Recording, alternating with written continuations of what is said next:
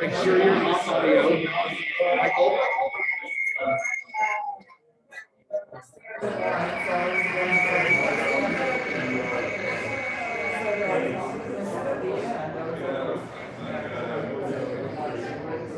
Okay, we're good. I don't know why my Testing, 1, 2, phone's 3. making sound even though the volume is off. That's okay. All we need is this one, Michael. Michael, can I get it? Can I look at you when I say your name? All we need is this one, okay? And then at some point I'll need you to go and just quietly check to make sure that it's working on Zoom, okay?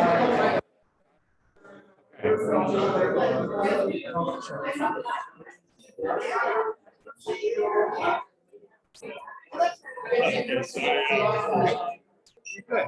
Okay.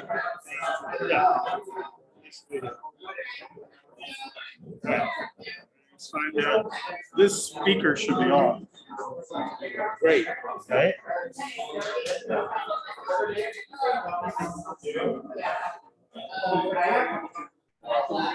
And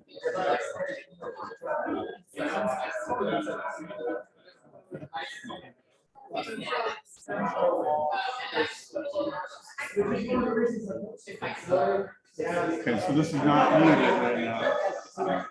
That's fine. Okay, I'm just telling you. Just telling you. I understand that. But speaker should be off.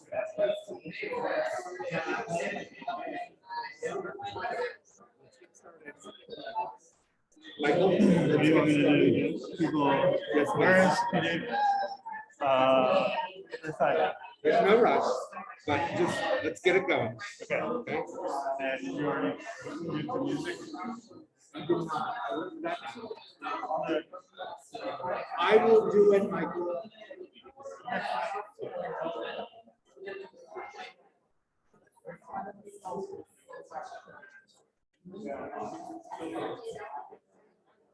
Hello. I'm Jerome.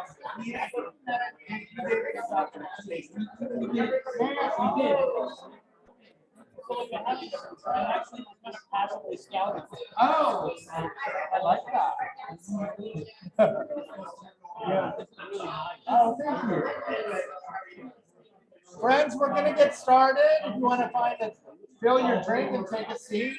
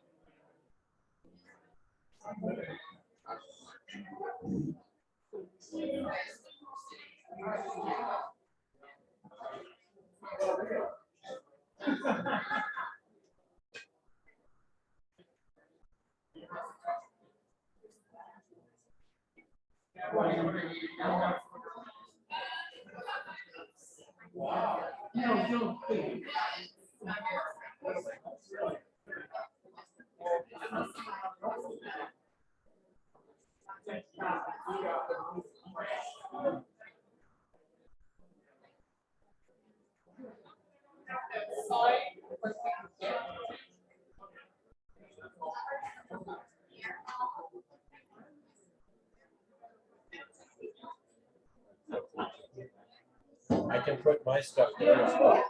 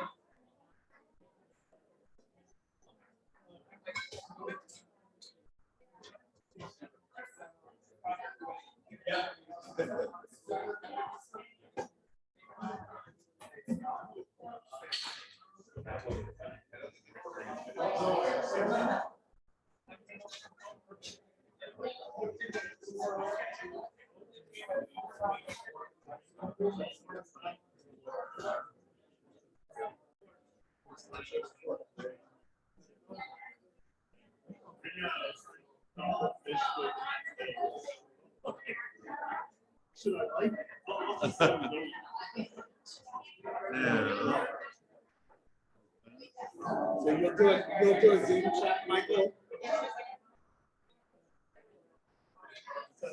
You'll do a Zoom check? You'll do a Zoom check? Not right now, because we need to make sure that we can be heard. Let's have up.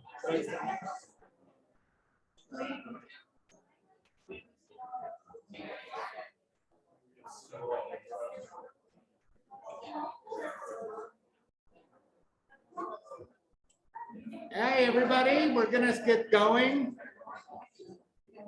I love that there's so much life and laughter and joy in this room. Please make yourself at home. For any friends joining us on camera, we're recording this for posterity. Putting it in a time capsule and making sure that P. David and Todd return in 5 years and open it up with us. For 5 months. Or 5 months, whichever comes next. Hi, everybody. My name is Jerome Joseph Gentis. It's so fantastic to have you all here in my home. My husband, Michael Bork, went somewhere, but he's the one in the yellow shirt. Oh, there he is. Hello, honey.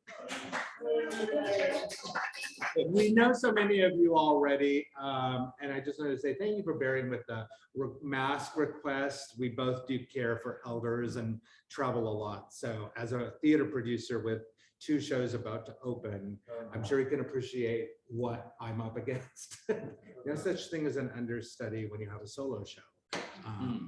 So Tiger Bear Productions is a company that I started 2 years ago in 2019, hoping to make things happen, make theater and film and events like this happen, especially here in Palm Springs. And of course, start something and then a pandemic happens. So we pivoted to online events. And then as we've eased out, we've been doing more and more. I'll just say that I'm very excited to say, although I will be practicing my production or acquiring some production experience in New York and San Francisco this summer. my cameraman's telling me to go. Right. Further to the middle, dear. I'm very excited to say that in the fall, during October and November, Tiger Bear Productions will be producing an immersive opera here in Palm Springs, in North Palm Springs. And there's more to be announced on that in the coming weeks. North Palm Springs. Yes, it's going to be it's going to feel very exciting to be like going to this thing. We wanted to do, I'll just tell you, it's a kink opera. And we thought, we can't do a kink opera in the Fox Theater, right? Or in the, you could, and there probably have been. But we wanted to do a legit experience that actually felt like you were doing something a little bit off the grid, as it were. And we felt that North Palm Springs would represent that. So you have to come back for that. I want to say that P. David, many of you know P. David and Todd, of course, wonderful. It's hard to imagine Palm Springs without you guys, but you're here today and we want to celebrate that. Michael and I had the joy of going to, first of all, because we live in this neighborhood, we were both on a house tour, I want to say 2 years ago. It was the last Modernism Week before COVID. And I was like, the Carden House in Kings Point is open. I was like, you hold down the fort. And I ran over there and I was like, the 4-poster Lucite bed. I was just like, can I touch you? So We walk our dogs by here every day. Yes. And we're like, that house? And then the wonderful thing was that we both ended up at the same table at PS Underground on the same night. And the ED of the McCallum Theater was also there. And I think there was someone else who was there, but it was just kind of this great vibe of artists and people who produce stuff in Palm Springs. And we were very excited. That was the one we really kind of like connected. And so P. David and Todd came to a couple of our events here and a reading that we did here. And Todd was telling me that Matthew Clark Davison, who did that reading, has been of help to you. Great help, yeah. That's fantastic. Yeah, he's a sweetheart. Yeah, so for the people who may be watching in the future, if you want to say hello and just say a few words about yourself. Yeah, well, this has been a real fun adventure for me. I am a filmmaker by trade. I mean, that's sort of what I've done. God, I mean, is it for the last 40 years? I'm 58. I probably started when I was in my very early 20s. I transferred to NYU Film School. And I had been an English major at UCLA and thought that my path would be more along these lines, trying to write and maybe do journalism, I thought, right? But I took this left turn off into the world of making films and kind of always dreamed of someday writing a book. And when you're busy and good at what you do, you keep getting hired to do it, and it keeps going on and on. And so, we really didn't have a break in that film career until the pandemic came along. And so suddenly I was in a position where I had some time, and I thought, well, I'm going to sit down and do that thing I always wanted to do, which is write this book. And so that's kind of how it got born. Todd and I have a company together called the Ebersole Hughes Company, Ebersole Hughes. And we have done now 6 feature documentaries. executive produced and produced some other feature films as well. And we've each done our own feature films in that time too. But that's been the main focus. We have a new movie out just now, like 2 weeks ago, called My Name is Lopez, which is about Trini Lopez, the one of the first Latino rock stars, and that's now available streaming, et cetera, everywhere. But it's funny how everything all kind of happens at the same time. That movie got released 2 weeks ago. This just came out May 17th, and we've released our first Ebersole Hughes Company records and tapes now on vinyl. The 21st Century Boys, where Todd and I are members of a pop punk boy band. The other guys put the boy in the boy band. As heard on KCRW. Yeah, just played on KCRW. Now I think last night it played on New York radio stations. So we're picking up steam. It's like that scene that you always see in a movie where they hear their record on the radio for the first time, all over the car, right? So we got to hear our record on the radio. It was very exciting. But what's kind of funny about that is that the lead character of 99 Miles from L.A. is a frustrated wannabe singer. And so I guess I solved my own problem for myself by putting out our own record at the same time as the release of the book. So problem solved. So gifts of the pandemic in many ways. Yeah, the record is a funny one because we thought we were putting together a movie, and we had this idea to do a star making thing like an idol maker, where the lead of the movie, we were going to put out a record for him. He's got a bunch of followers on Instagram, and so we were going to kind of do that. And then the movies fell apart. We had a couple of movies that were tied together, one of which was getting financed and sort of leading the financing for the others because we had Alec Baldwin attached. Wah, wah, wah. And so when the movies started to fall apart, we had done all the work on creating this record, and Jay is our musical genius, and he's like our pet shop boy. He's the one who did all the arrangements and did all the musical recordings, and the lead singer of his band is Mikey, who we've used on. Jay's done all of our most recent scores for our feature films, and we've actually used a couple of the songs from their bands into our movies. And so Mikey had done all the scratch tracks for this kid to learn, and we were driving to LA after the thing had fallen apart. And I said, well, we've always wanted to do a record, and everything's already pre-recorded, and Mikey's the one who's got the great voice, so he can do all the heavy lifting, and we can be Bananarama and sing in unison at the same time, right? So. And thus a record was born during the pandemic. Yeah. Do you have plans to release another record? Well, Of course. Five. right. Yeah, we saw a few singers go around the world. Right. And we saw a few singers Jewish favorite.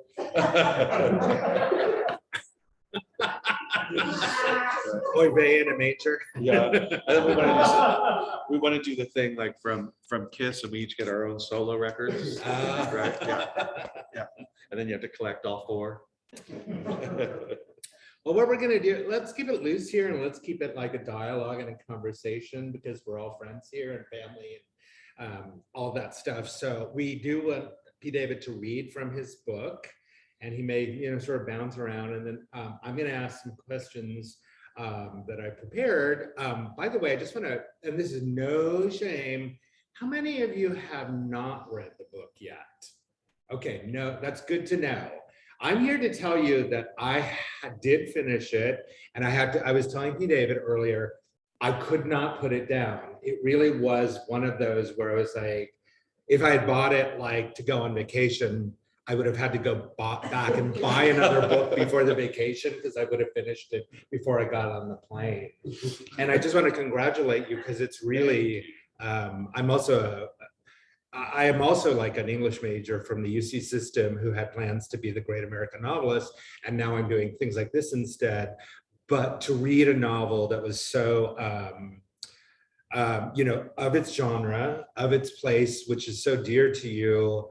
And I kept thinking, you know, I was reading it with like half of my head going, I can't believe, and I shouldn't be surprised because I know you well enough to know, like, it's a very impressive achievement. It's very, like, if I didn't know Palm Springs, it made Palm Springs sexy to me again. It made Southern California sexy to me. And the idea of like, well, I don't want to like commit any crimes to try to be sexy, I don't think.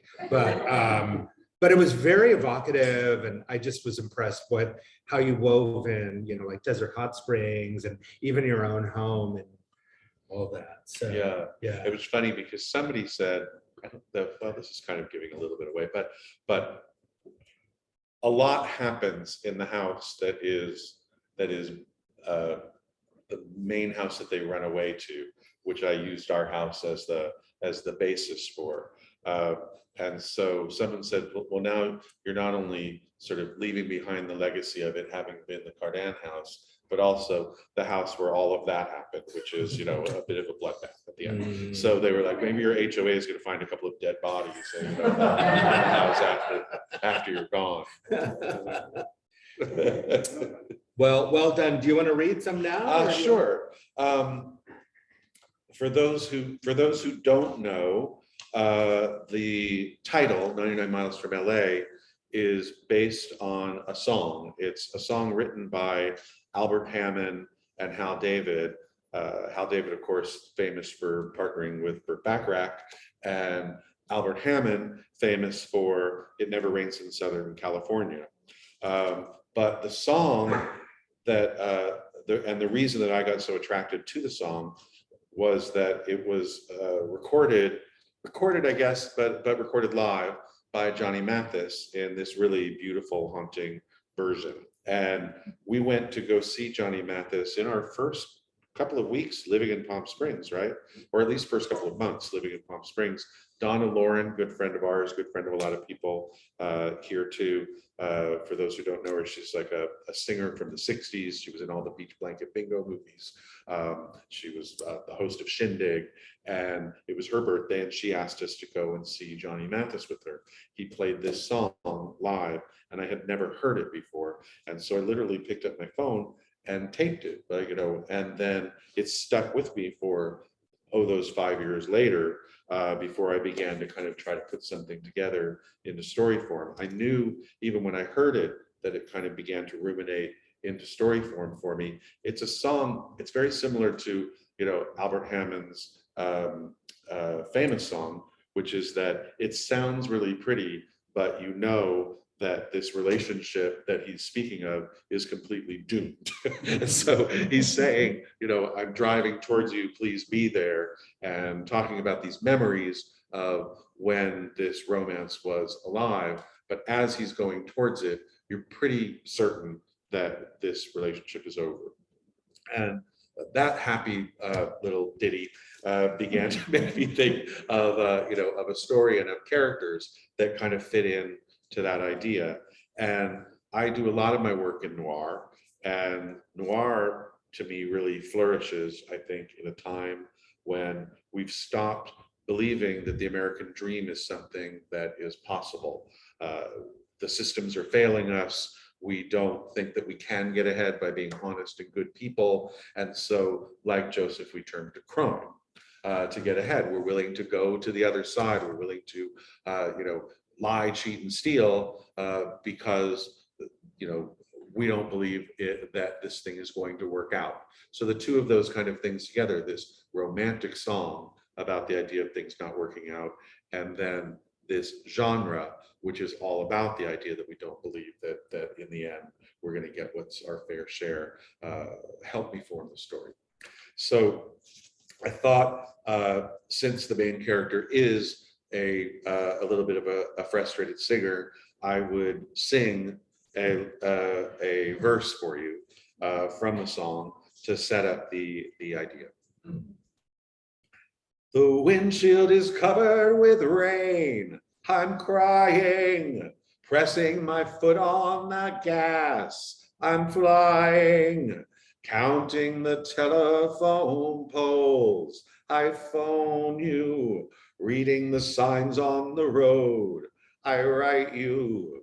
99 miles from L.A. We're laughing, we're loving. Please be there. Chapter 1. He sings along when he drives. His voice won him awards when he was young, and it's far from unpleasant now. But he learned long ago that no one was going to pay him in life to be a professional musician. Still, he loves to sing. He holds the notes on the vowels because that's the way to sound good. You can't hold a consonant.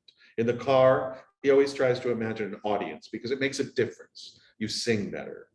The oncoming traffic becomes the blinding footlights in his mind's eye. The rain on the windshield stands in for that faint murmur of the crowd. The wet tires are cocktails being served. Even though you can't see the people, you look straight ahead and you sing outward at all of them and to each one of them simultaneously. He had those dreams, yes, but he's had a lot of dreams that did not come true. This current one, though, this one's going to work because it isn't a dream, it's a plan. And this is the very last part of it now. Everything else worked. All the three of them have to do is come together, keep their heads, and not fight. He's pretty sure she's going to be mad she was hit so hard, but it had to be done to make it look real. Ramon, though, Ramon will be glad to see him. He's damn sure of that. If he's there, he said he'd be there. 99 miles from L.A. He hums the words he doesn't know. She could also get mad because he was already planning to see Ramon without her being there. Anyway, she doesn't know about him and Ramon, so she can't really be mad. And even if she is, who cares? He's spent his whole life trying to please people, no more. He was supposed to drive to the desert tonight. Ramon will be out there too, but not at her Palm Springs house. They can't risk that one of them has been followed. But who would follow them for 100 miles without picking one of them up? If the cops were onto them, they'd have stopped the car by now. And if her husband somehow figured it all out, he'd be dead before he hit the 111. 99 miles from LA. You know why the movie stars all went to Palm Springs back in the day? According to local lore, they were salaried and under contract at the studios, who wouldn't let them go further than 100 miles beyond the studio zone when they were engaged on a film, so they could be called back to set, the studio zone. Started in the 1920s as a 6-mile radius from Rossmore and 5th Street, and it slowly elbowed its way into a 30-mile circle, emanating out from La Cienega and Beverly, literally a circle on the map, drawn as if there were a compass anchored at that street corner. To this day, anything inside the circle is fair game to ask actors to come to set for filming without paying them for travel. Once upon a time, the scuttlebutt was that it also dictated how far they could stray on their downtime. The furthest thing out west, just outside of the 30-mile studio zone, Forest Lawn Cemetery in Covina. At 99 miles from there, Palm Springs. Well, really, you're still inside of the 100, all the way to Rancho Mirage, which is why some say so many of the Frank Sinatras and Bob Hopes had houses out there. In time, it came to be known as the 2-hour rule, but that's likely a modern interpretation because before the 10 freeway got installed circa 1965, it would have taken a good 3+ hours to get from Los Angeles to the celebrity playground that was the Desert Inn. There's an oft-repeated rumor that the real reason the likes of Rock Hudson and Jane Mansfield skipped out of Hollywood to spend weekends in this little sin city had more to do with morals clauses in their deals that restricted them from engaging in various and nefarious activities. And so getting that far out of town officially meant they were off duty. Even the gossip columnists let their hair down and joined the party. He read all of this history right after she told him Palm Springs would be their getaway town. He shook his head and he slapped himself. Driving alone at night is always hard. You get mesmerized by the dark void. That's why he likes to sing. It puts your mind onto something else, the meaning of the lyrics, the sound of your voice, how you would sing it versus the rendition you're listening to. How you could make it a hit. Maybe it should be the first song on your record, or maybe it should be buried, a deep track, and they discovered it. He hit replay so he could sing it again. He knew the cadences a little better, so he was sure to do a better job this time. The live Johnny Mathis version is really the only version. Art Garfunkel's is muddy. Dion's a goddess, but her rendition of this one came late in her career, so it's comparatively overproduced. Albert Hammond wrote it. So you'd think it was his first, you'd think it was the definitive recording, and he had the #1 adult contemporary chart topper. But hits don't mean a thing when it comes to judging quality. Not in music, not in movies, and not in art. Hammond's also the guy who penned and performed It Never Rains in Southern California, which everyone thinks is an anthem about how pretty it is, the land of fruits and nuts, when really it's about how crushing it is to dream of fame and success. And that's the problem with Hammond's singing. His writing, devastating. His voice, it lets you off the hook. You ignore the tragedy, remember the catchy part, and you forget there's a whole goddamn song behind it. You can blame the audience, but that's the singer's responsibility. On second thought, maybe that's Hammond's genius. If you can make people sing happily along to your words that are damning their whole existence, well, that's quite a trick. Anyway, the point is, when Mathis sings it, you see it. His hands are on the wheel, the rain is on the windshield like tonight. It's there. He'd gotten ahead of the song though, because the intro is long and there's nothing to imagine yet. But that's normal when you're a singer. When you're a singer, the intro is the part where you have to feel what's coming. You don't just sit there waiting for your first note. You picture the whole thing. You see it all laid out before you, like how he could see this whole deal right now, coming together the way it was planned. What she'd say is that he could have found a way to apologize if he wanted to. But he knew not to get caught by that. He knew the answer to that trap. He was playing it safe. He was sticking to the plan, which is ironic considering what he had already decided to do on arrival.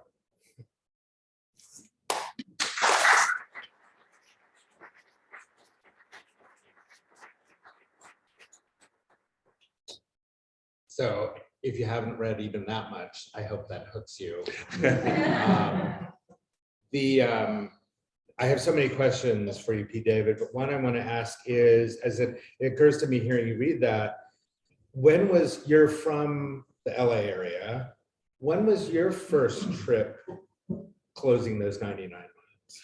Well, we used to come when I was a kid. So my parents would rent a house and we would come out and, they would usually rent a kid-friendly house. It's funny now thinking about it, and that this is, mid 70s, late 70s, and they had a couple that they were best friends with. There were 4 kids. So we would all come out here and do, I guess, what now is kind of Airbnb, VRBO, rent a house. And I remember things like, basements that were game rooms and had like, a bar where there was actually Coca-Cola and, 7-Up and a thing, squirter, and, the pool is all we could remember, playing in the pool. But I have no sense of the town.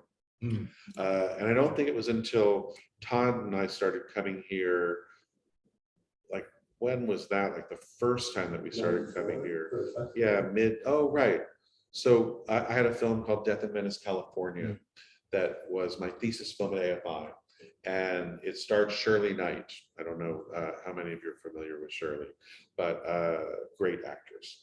And we came here, they put her up at the Hyatt, which turns out to be designed by Pierre Cardin, we find out all these years later, right? And they put us up at a clothing optional hotel in Warm Sands. Did they ask you? The film is gay themed, so I guess they made that leap for us. There were lesbians there, like it wasn't, they were actually lesbians, right? Co-ed nudity at the in Warm Sands. And I guess that was the first time we came down as adults. We came down. And then Trina's thing is when we saw them. Right. Trina Turk had her housewarming in 2000. And we came down for that and stayed at the Orbit Inn, which was one of her suggested hotels to come and stay at. We had become friendly with Trina because I was the head of the film festival in Silver Lake, and she was a new young designer and did our t-shirts. Trina Turk, like in the label, right? And she had her store, or she had all the stuff that she was doing was up in Los Feliz. and then she had bought a house out in Palm Springs, and we were all fascinated by what was she doing down here, out here, as I've learned. I used to always say down here, but it's really just Yeah. east. So we came for that, and that was the first time I think that we realized there was all of this modernism going on, and there was this whole world. And we met a real estate agent who showed us around, showed us to the Alexanders up north. That was the first time that those were being transformed and turned over. And then in those ensuing years, we began to come down for writing retreats, hang out, and just kind of, fell in love with the whole thing. And in 2008, just before the crash, the financial crash, we sold our Silver Lake house at the top of market and hid all the money under the mattress, as I like to say, and waited for that to, to be over. And we ended up landing at my mother's Marina Del Rey house, and thought we'd be there for 6 months, and we were there for 6 years. And finally, in 2014, bought this house, first day that we went and looked at. Wow. The Palm Springs has its own noir and modernist vibe, but LA certainly does too.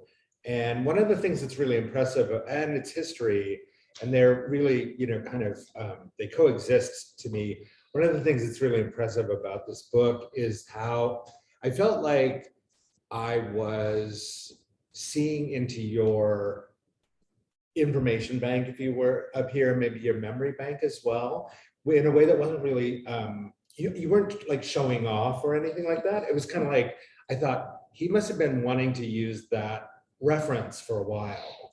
And he just had it and stored it, and we knew how to use it when it came along. Would that be accurate? And can you speak to that? I think that's real. I mean, I think that is sort of how things happen. When I was writing, what I find is that when you set your characters really well, and you know where your story is going, and you put people into scenes with each other, they begin to talk to each other, and the situations start to arise. That part of it that you're talking about often is the backstory. And so you're needing to fill their lives out and put things into them that make them real people, who they are, what they went through, or even, things like, the junior high school that he talks about. And that has to feel like a real place. And of course, the easiest thing to do is to pull from your own experience. There's a term that I learned about that kind of came about around the time of Truman Capote and a little bit before, that's called autofiction, autobiographical fiction. And you're stealing from real life, but embedding it into characters and embedding it into story. And so that was kind of the idea for me. I've always done that in my films. I mean, people always say when they see a narrative film, much more so than a documentary, but when they see one of my narrative films, they kind of wonder, well, which character is you? There's always kind of that question. I always say they're all me, because you're just using different parts of yourself to tell different characters' points of views. So there were a lot of things that were, as I was writing, I'd be like, oh, I want to get in that, that story. So like the very opening of the next chapter is how the two main characters meet. And they meet over the death of one of the characters' dogs, and it's at the UCLA Sculpture Garden. Todd and I actually had to put one of our dogs down, and we were at the vet nearby the UCLA, and we had just found out that was the day, and we thought, God, we can't do it in this cold room. So we went up to the UCLA Sculpture Garden and spent time with her before it was time to put her down. And so when I was trying to figure out an interesting way to pull these two characters together and to give her a real depth to her character, I thought of that situation. And then I sort of say to myself, well, okay, well, if I'm using that, then I also have other stories at UCLA, or I have other things that kind of go behind that. If I'm making her someone who knows UCLA, well, now I can kind of use my own history there. And so then all those little details start to come in. So it's once you have your characters drawn and the situations come up, and then I find, yes, we have a lot of life history banked. Yeah. So I want to talk about your wonderful characters because I feel like a great page turner, it has a plot, but plot has to come out of what characters do. And you have a wonderful setup, and that is 3 characters. 3 is a magic number for a reason. And it's also a 2 guys and a woman. And so it's sort of, that's, you can have a classic noir sort of setup with, you know, say Double Indemnity or something like that, where you don't see the husband, it's just the man and the woman. But I love that you had this and you spun that into sexual ways that were really fun. And so can you talk a little bit about that piece? Yeah, I mean, the sexuality of it, I think, was one of the things that kind of ended up driving the book and driving the story. And I knew that that I was having a main female character who, to me, was the mastermind, if you will. And so she was looking for partners, and that she found someone who was bisexual gave her a lot of freedom about how the rest of the story might play out. And it checked a lot of boxes for her. And so I think that's how that first came up for me, is that it's like for Shelley to be successful in her plan, having this guy meant that there was a lot of opportunity, and that she is both calculating but warm enough. I think you know that she is interested in him, but then she also has a deeper plan, and that's what drives her. So to me, it was my favorite movie is Gilda, and Gilda has a hidden gay relationship in it, and everyone kind of, you know, centers around the titular title character, and so that she was the person that they were all kind of spoken off of, right? Made it so that I could engage everybody into that plan, but do it through this kind of sexual tie. Body heat is another kind of touchstone for me. And that same idea that somebody is so engaged with somebody sexually and interpersonally, but has this deeper, longer vision that she's focused on. And with that tension, will she give in to her feelings of love and desire, or will that ultimate goal be the thing that drives her? And if you go towards that ultimate goal and let everything else fall by the wayside, what's left? And so that was a lot of what I was playing with. And then I think each of the characters had that going on forward. You mentioned, we mentioned films now, a couple of by name, and I'm wondering, because as you read, you can certainly, many ideas of film parallels came up for me, but I was also wondering about literary ones, because there's such a rich history there. Yeah. Was there a well of that you kind of drew on to sort of guide you? Yeah, and they're unique and different. So again, a favorite book of mine is Giovanni's Room. And for those of you who don't know it, it's a James Baldwin story that has a very tragic love story that drives through it. And that it begins again with this sense of doom, that you know that it ultimately doesn't work out, was part of what I wanted to kind of play with and do in this again, that the characters are so caught in their own lives, needs, and desires. Can they see each other and save themselves potentially through love, or will they fail to see it? So that was one that was a touchstone for me. Then there's Joan Didion, and you know, for me, she's the quintessential Southern California writer, and that way that she writes to capture it, not necessarily writes to tell story, right? It's more important that you're capturing the feeling, the theme, the idea than whether or not this person did that and how did that all play out. To me, story is easy. Mhm. Like that's the easy part for me. Mhm. And the inspiration that I was looking for, I think, from those other writers were these kind of things. Like how do you create mood in fiction? I love that you said mood, P. David, because that was the thing I wanted. I kept thinking, if I had to sum this book up for someone, I was going to say 99 Miles from LA is a mood.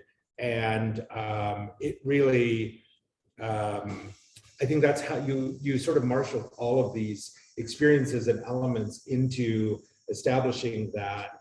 Do you feel that there's you did something unusual I want to speak to, which is, I hope I'm not giving too much away, but because you were so true to the noir form, I kept thinking like, what time am I in? And then I was like, we're now, you know what I mean? Like it's now. Yeah. And I loved that I kind of got lost in that. Do you know what I mean? And I felt like that was part of the mood you managed to establish. Can you speak to that? Well, the third reference that I would have said is Jim Thompson, who writes current noir. I mean, and James Ellroy, you know, does a very similar thing. He's so much more politically aware and complicated than I think that what I'm trying to do. But Jim Thompson writes very tactile characters going through struggles that are very current. And so it's not noir like Dashiell Hammett. It's not noir like, you know, Humphrey Bogart. It's noir today. Mhm. And so there's actually a really great Palm Springs Jim Thompson book called After Dark, My Sweet. Mhm.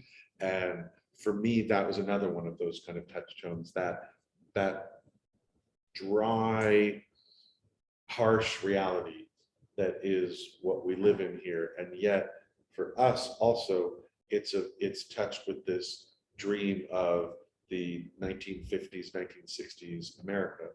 And that's an American dream that we've lost touch from in a lot of ways. We don't believe that dream is necessarily something that's going to work out or should work out for us anymore. You know, the two-car garage, the man and the wife, you know, the perfect life. Mhm. That I don't think that any of us are really aspiring towards anymore. And yet we're living amongst the aesthetics of it all the time here. So Palm Springs created some of that mood for me, I think. And the current feeling that's going on in the culture, I think, that being good may not add up because we watch so many people be so bad and get ahead. Mhm. that lays underneath it now, I think, for a lot of people. Mhm. And so keeping the feeling of what noir was, but then making it a modern story was exactly like the need, I thought, to what I was trying to do. That's great. Yeah. Well done. I want to make sure that other people who have questions, you know, get a chance to ask. So if you have any, you know, snap your fingers at me so I know to turn around or whatever. Do you have one? I loved it. It was fun. It was a short read. I got it on Wednesday and I finished it last night. See? And it was also fun because I recognized all the locations. You know, that was great. But I really could see it as a film. And do you have plans on? Well, so being a filmmaker and knowing that, you know, people might even look at me doing a first book and expect that I was cheating and writing a screenplay into book form, I was very conscious to make it not a screenplay. And so it's something that I'm not sure that people notice without me pointing it out, but there's really no dialogue in the book. It's all suggested dialogue. There are no quotation marks. It's not like a scene where then this person says that and that person says that. I wanted it to be not a movie. And in fact, my agent first question, of course, he asked was like, well, when do I get the screenplay? And I said, I'm not writing one. If you want to take it and sell it, go right ahead. But I've been joking that, you know, what I hope is that they hire some really terrible director and that they get a screenwriter who's a hack who wants to change the ending and make it happy. And they put all the wrong people in it so that people walk out and say, but I liked the book so much better.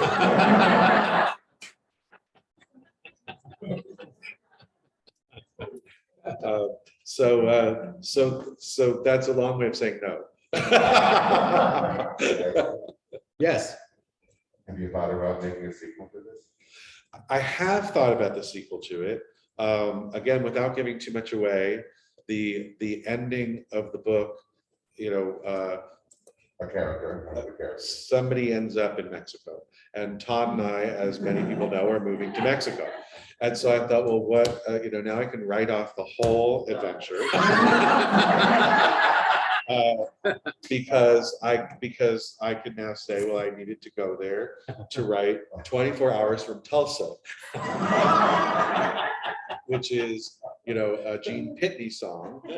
And very similarly, it's also Hal David, right? Yeah. So it very similarly sounds very positive. I'm 24 hours away from Tulsa, my beloved.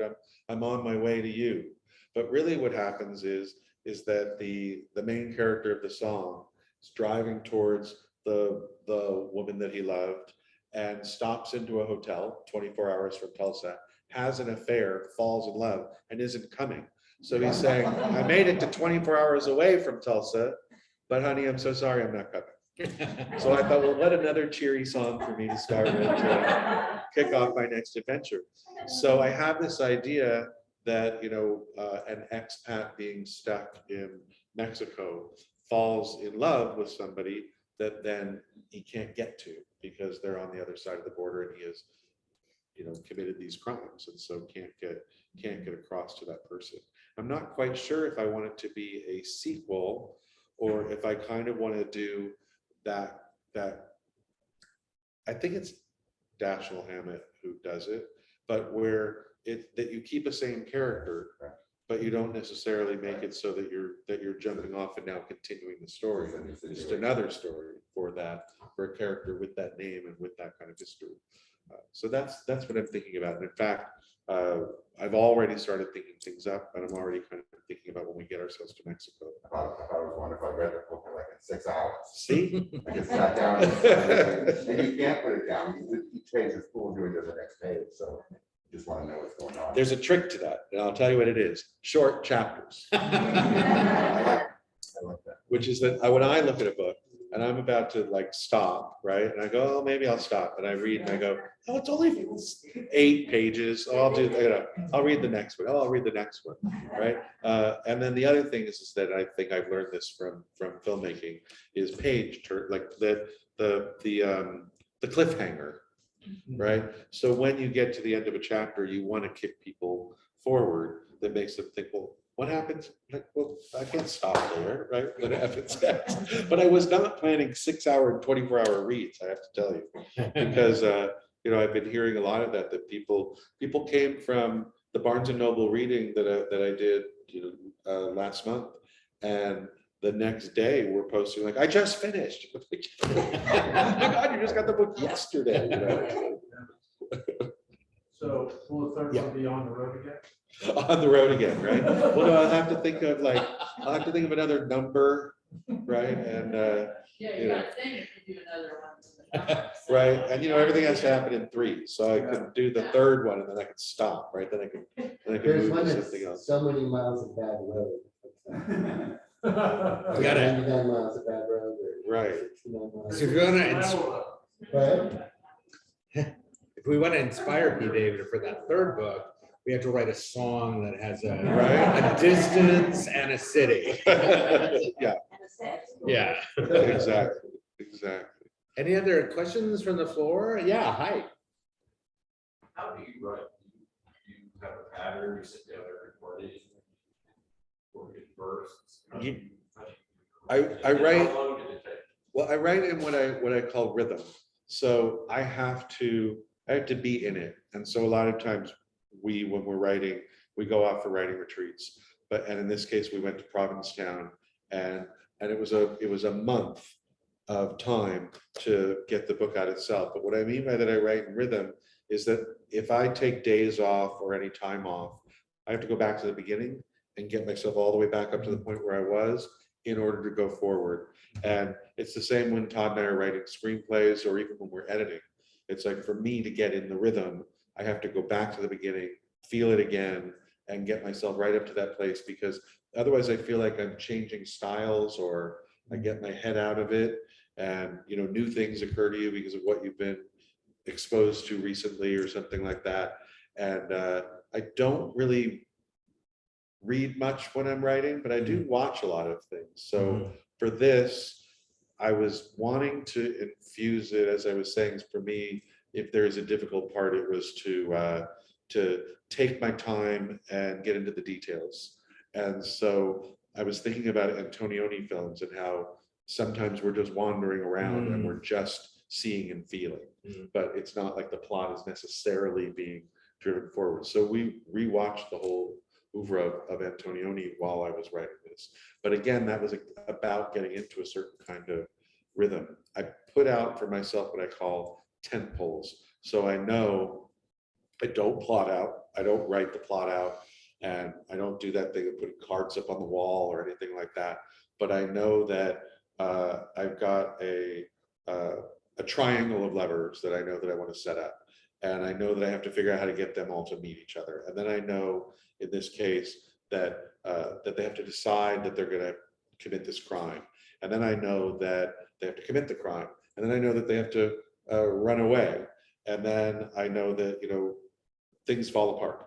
And so that's sort of as much as I know until I get to the scenes and the characters. And one of the things that I did for myself in this book, which I didn't realize I was doing until the publisher pointed it out, is that I change perspectives. And so I go from the, who I would say is the main character, Frank, from his point of view, to Shelley's point of view, and then to Ramon's point of view. And the fourth character is Manny, who is Shelley's husband, and sometimes into his point of view.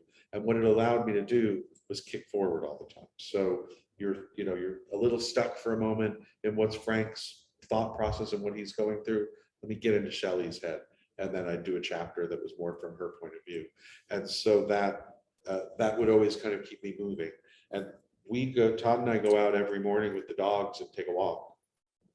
And during that time is usually when we begin to just sort of talk about story issues or problems or things that we're trying to work out. Normally we're working together and we come back and he does all the hard work and then I get to do all the editing and fixing and making everything all, kind of neat and pretty. And now it just says one person's name on the goddamn book. And I had to do it all. So even if we had ideas together, or we were talking things out loud and saying, well, maybe this and so, I could make that work.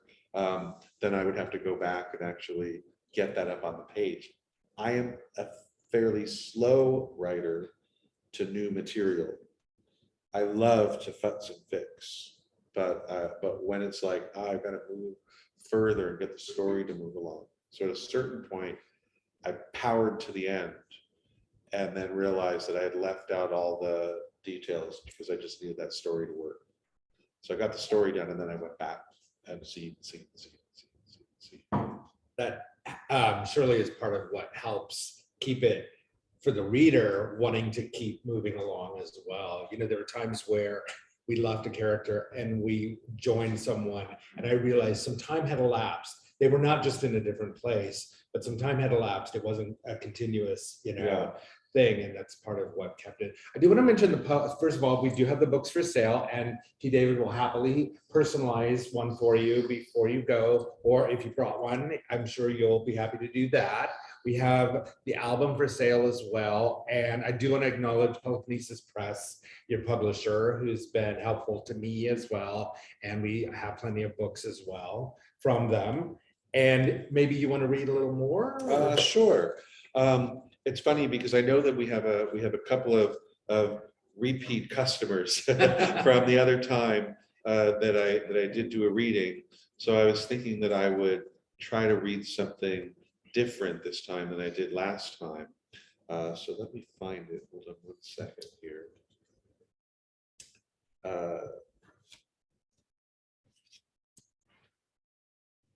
There's a chair for you if you want to sit down.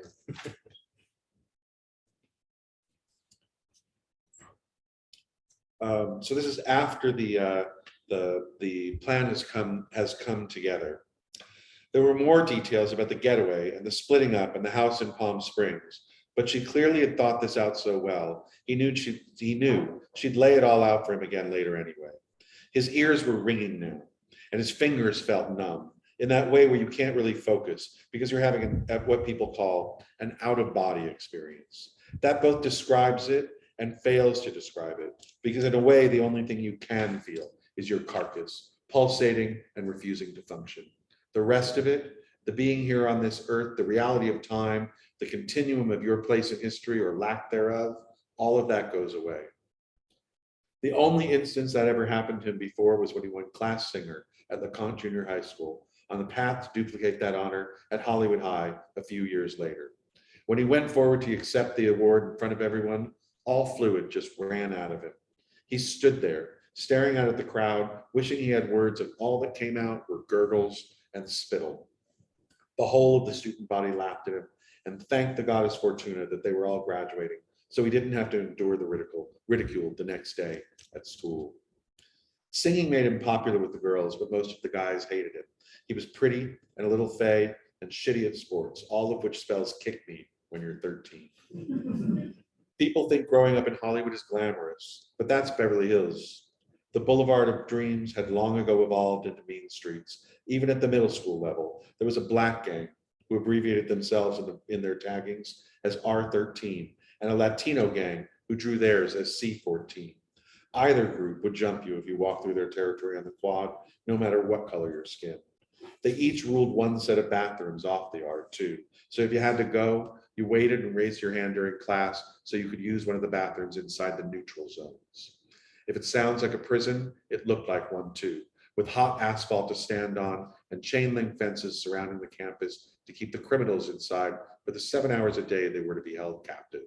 For survival, the white trash kids and their spattering of non-gang related ethnic friends stood behind the toughest boy and girl in school, John and Winter.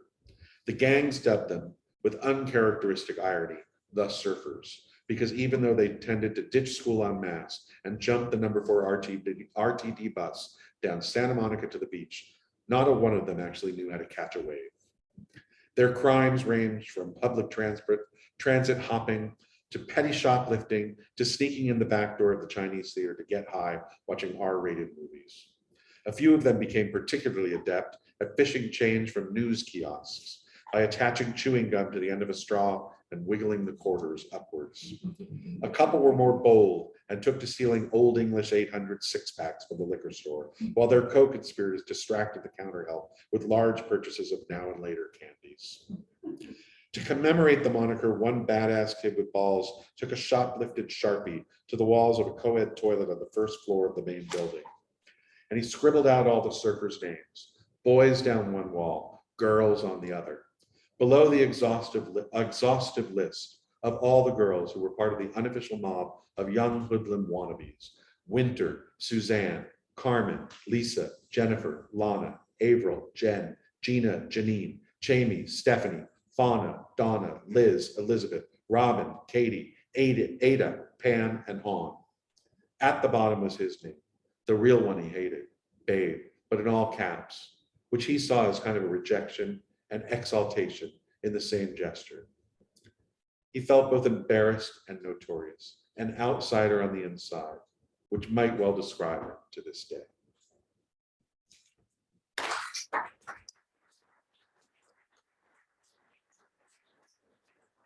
I want to, I'll just ask a few more questions and we'll take some time to, invite a few more from the floor and from the audience here. Thanks again for coming.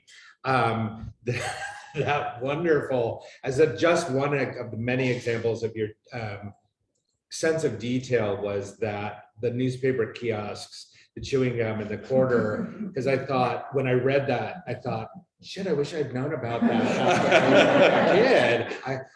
I had asked Candy Buddy. Exactly. Like, I'd asked if it still works, but newspaper kiosks don't exist anymore. Yeah. You know what was funny is that drawing from my own life sometimes, and I'm older than my characters should be, Mm. I had to be careful every now and then that something still would have existed, right? That if it's my memory from when I was a kid, is it something that made sense to these characters? So I originally had sneaking into the Chinese theater to see A Star Is Born over and over again, because that's what I did. And then I was like, wait, that completely reveals that it's the wrong time period. So it's like R-rated movies. That's all that matters, right? Also another detail, because I was thinking like, but even I think it's part of that timelessness that or free floatingness in time and history and culture maybe even that you play with so wonderfully. Speaking of details, there's another detail that made me think of a question about noir in general. There's a moment where someone's cooking carne asada, and the details are so specific. Does anyone else know which moment I'm talking about? The details are so specific and delicious that I thought, well, I'm going to try this recipe. But also, it made me think about, with noir, we often think of visuals and we think of sound, I think, but we don't always think of taste and smell and maybe touch necessarily. Can you speak to some of that? Well, that was interesting because the only thing I make for dinner is reservations.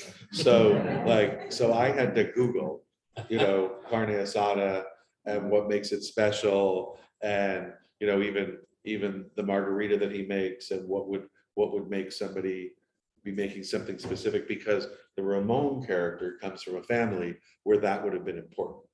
And it was a way for these two characters to come together, which is that Ramon was finally doing something that was a gesture from himself towards Frank. Mhm. And so I needed it, but there's one of those instances where I didn't actually really know how to make that real. And so I had to do the research to figure that out. But Todd's a great cook, so I could ask him some. Yeah. But sometimes, you're like, well, what's authentic and what would it look like? His parents are gypsies from Mexico. And so what would he have learned, and how would he know how to make this specific thing? It is interesting that Matthew, who's the one who did the reading here, did put a lot of recipes into his book, and said when we were here, he's like, and if you don't care for the story, there's really a lot of great recipes. And I thought, well, that'll be helpful. Like if I give people at least a recipe by the pool. Yeah. I'll ask one more question for myself, and then I'll open it up to everyone here again. And that's that one of the things I loved about this book is how ruminative. I think you addressed this earlier. Everyone's taking their time to be a little bit philosophical, and they're very. Every moment is giving them something to think about, and sort of maybe the circumstances give them a lens through which to see it and experience it in a new way. It made me very aware of a thing about noir, which is it's very existentialist in the classic sense. And I just want to pay you another high compliment. It made me think of Camus and the great existentialist writers, and how coterminous and noir and existentialism are. Yeah, well, it also speaks to something that was why I wanted to write a book instead of write a screenplay, which is that you're allowed inside of people's heads. Yeah. And I've talked a lot about this in some of the press that I've done, and at some of the other readings, which is that when you write a screenplay, you can only write what's on the screen. You may not write what's inside someone's head. A great actor might come along and fill in the blanks and give you the feeling that you are seeing inside this character's head. But all you're allowed to write is dialogue and action and what you can see. Mm-hmm. And in a book, you are completely free. In fact, it's part of your challenge is to tell people what people are thinking, and that you have that time and you're allowed to spend time doing it. Was a great freedom for me from the kind of writing that I have done. Mm-hmm. So that was a lot of the fun of it, in a way, was, well, there's an example. And again, when you talk about the things that maybe you catalog in your life that you're thinking about someday, I need to use that, which is that Shelley, the female character, has what she calls her Pulitzer Prize winning idea, right? And when she's killing time, she goes through the whole thing and tells us what this idea was. Well, in my life, I've always thought of this Pulitzer Prize winning idea, but I had no patience to try to figure it out. So I was always like, well, whatever. But then Shelley has to have the idea and she has to spell the whole thing out for us. And so I actually had to really think the whole thing up and give you her internal dialogue of what she's thinking about in that case. And so it was like a process of giving her voice, which I think happens a lot because when you have these ideas, you have to fulfill them for the character. I know I'm fulfilling it for the reader, but that's not really the reason. Yeah.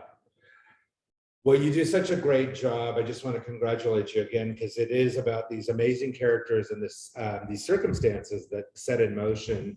And by separating them, it's time and space on this journey that ends the way it does. You know, I was sort of like, can't wait to see how it ends, but I really enjoyed spending time with them. I want to open it up for any other questions about the book, about P. David, about their Mexican adventure. If there aren't any, then I'll just say thank you so much. It keeps ringing in the kitchen, but the eggs are done.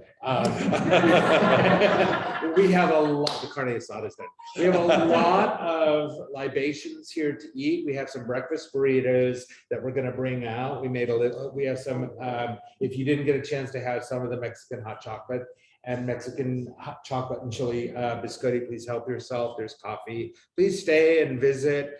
Talk to David, I'll do some David, signing off. talk to Todd, Right. and thank you all for coming. Thank you.